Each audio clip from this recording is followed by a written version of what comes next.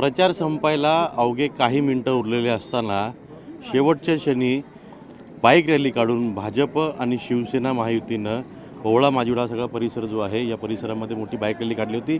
नुकती आता सांगता झालेली आहे। ज्या पद्धतीनं छोटा भाऊ मोठा भाऊ संपूर्ण राज्यामध्ये सुरू होतं की भाजपमध्ये महायुतीमध्ये छोटा भाऊ कोण मोठा भाऊ कोण, पण ठाण्यामध्ये ती परिस्थिती का जाणवली नाही? ठाण्यामध्ये आम्ही दोन्ही पक्ष जुळे भाऊ या भूमिकेमध्ये काम करत होतो आणि त्याच्यामुळे हातात हात घालून आम्ही सगळ्याच ठिकाणी प्रचाराची यंत्रणा ही राबवलेली आहे। आज ठाण्यामध्ये सर्वच ठिकाणी महायुतीच्या उमेदवारांचीच ताकद ही निश्चितपणे दिसून येते। प्रत्येक ठिकाणी घरोघरी हे महायुतीचे उमेदवार पोचलेले आहेत आणि लोकांचाही जनमत हे निश्चितपणे महायुतीच्या उमेदवारांनाच निवडून देण्याचं आहे। जागा किती मिळतील, फॉर्म्युला काय असेल यावरून संपूर्ण राज्यभर महानगरपालिकेमध्ये महायुतीमध्ये रस्सीखेच सुरू होती, पण भाजप 40 जागांवरच लढणार हे इथं ठाण्यात आधीपासून निश्चित झालं होतं। ह्याचं गणित काय? मुळात याच्यामध्ये फक्त आमचं उद्देश आणि धोरण एकच स्पष्ट होतं की आपली जी विचारसरणी आहे, आपली विचारधारा आहे, ती विचारधारेचेच नगरसेवक निवडून येणं गरजेचं आहे। आज केंद्रामध्ये राज्यामध्ये ज्या पद्धतीने विकास चालू आहे ते विकासाचं काम ठाण्यामध्येही त्याच गतीने गेलं पाहिजे। आपली जी राज्याची प्रगती आहे तीच प्रगती ठाण्यामध्ये त्या प्रगतीला अजून गती भेटली पाहिजे या दृष्टिकोनानेच हा निर्णय आम्ही दोन्ही पक्षांनी घेतलेला आहे। त्याच्यामध्ये दोन्ही पक्षांनी दोन दोन पाऊल मागे जात आपल्याला कुठल्याही परिस्थितीमध्ये महायुतीचीच सत्ता आणायची आहे या दृष्टिकोनाने निर्णय घेतलेला होता। एकही जागेवर वाद नाही अशी चर्चा झाली सगळी, पण यावेळेस भाजपनं जवळपास 5 ते 6 उमेदवार मुस्लिम बहुल भागात उभे केले। राबोडे असेल, मुंब्रा असेल, किती विश्वास आहे तिथे की तिथं सगळे उमेदवार जे आहेत ते निवडून येतील?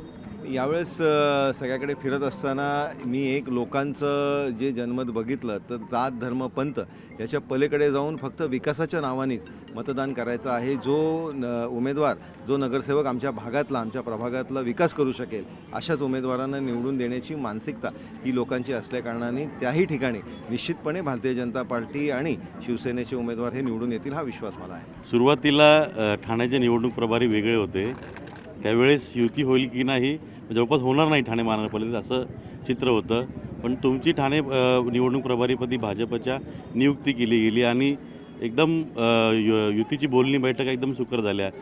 स्पेशली फक्त युती व्हावं म्हणून तुमची नियुक्ती केली गेली होती? नाही, हे संघटनात्मक निर्णय असतो, त्याच्यामध्ये प्रदेशाच्या स्तरावरतीच खरं तर हा निर्णय असतो आणि युतीच्या संदर्भातले निर्णय पण खरं तर प्रदेशाच्या माध्यमाने आमच्या लेवलला कळवले जातात आणि सीट शेअरिंगचा जो फॉर्म्युला आहे हा दोन्ही पक्षांना, दोन्ही वरिष्ठांना, दोन्ही पक्षाच्या वरिष्ठांना विश्वासात घेऊनच घेतला जातो।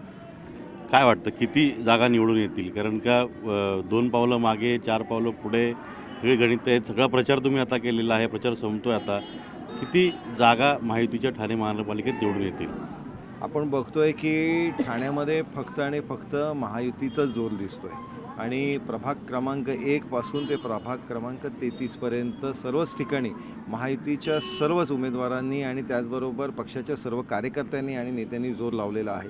लोकांचं मतही विकास करण्याच्या दृष्टिकोनाने या उमेदवारांनाच महायुतीच्या निवडून देण्याची मानसिकता, त्याच्यामुळे 100पेक्षा जास्त नगरसेवक हे महायुतीचे निवडून येतील। एक ठाणेकर म्हणून ठाणेकरांना काय आवाहन कराल की एक जास्तीत जास्त संख्येनं बाहेर येऊन लोकशाहीचा उत्सव जो आहे तो उत्सव साजरा करावा?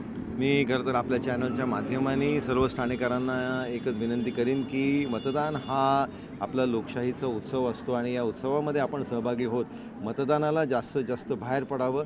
आपला हा अधिकार आहे, त्या अधिकाराचा वापर करत आपण योग्य उमेदवार निवडून देण्याची आणि आपल्या शहराच्या विकासाला जो गती देऊ शकेल अशा उमेदवारांना निवडून देण्याचं काम हे आपण येत्या 15 तारखेला करावं। नक्कीच ठाणेकरांना आम्ही देखील आवाहन करतो, जास्तीत जास्त संख्येनं बाहेर पडून आपला लोकशाहीचा जो अधिकार आहे, लोकशाहीचा जो उत्सव आहे त्याच्यामध्ये सामील व्हावं, अधिकार बजवावा आणि भविष्यात आपलं भविष्य कसं असेल, भविष्य आपण कोणाच्या हातात देतोय ते आपणच आपल्या व्यक्तीने निवडावं, जेणेकरून पुढे आपण मतदान केलेलं आहे त्यामुळे आपल्याला ह्याच लोकप्रतिनिधींना जाब विचारता येईल की आम्ही तुम्हाला मतदान केलं आहे, आमचा विकास कुठे गेला किंवा आमचा विकास होतोय की नाही, या सर्व गोष्टी ज्या आहेत त्या तुम्हाला विचारण्याचा अधिकार देखील मिळेल। Video journalist Praveen Shetty, Ajit Mandhare, news 18 Marathi, Thane.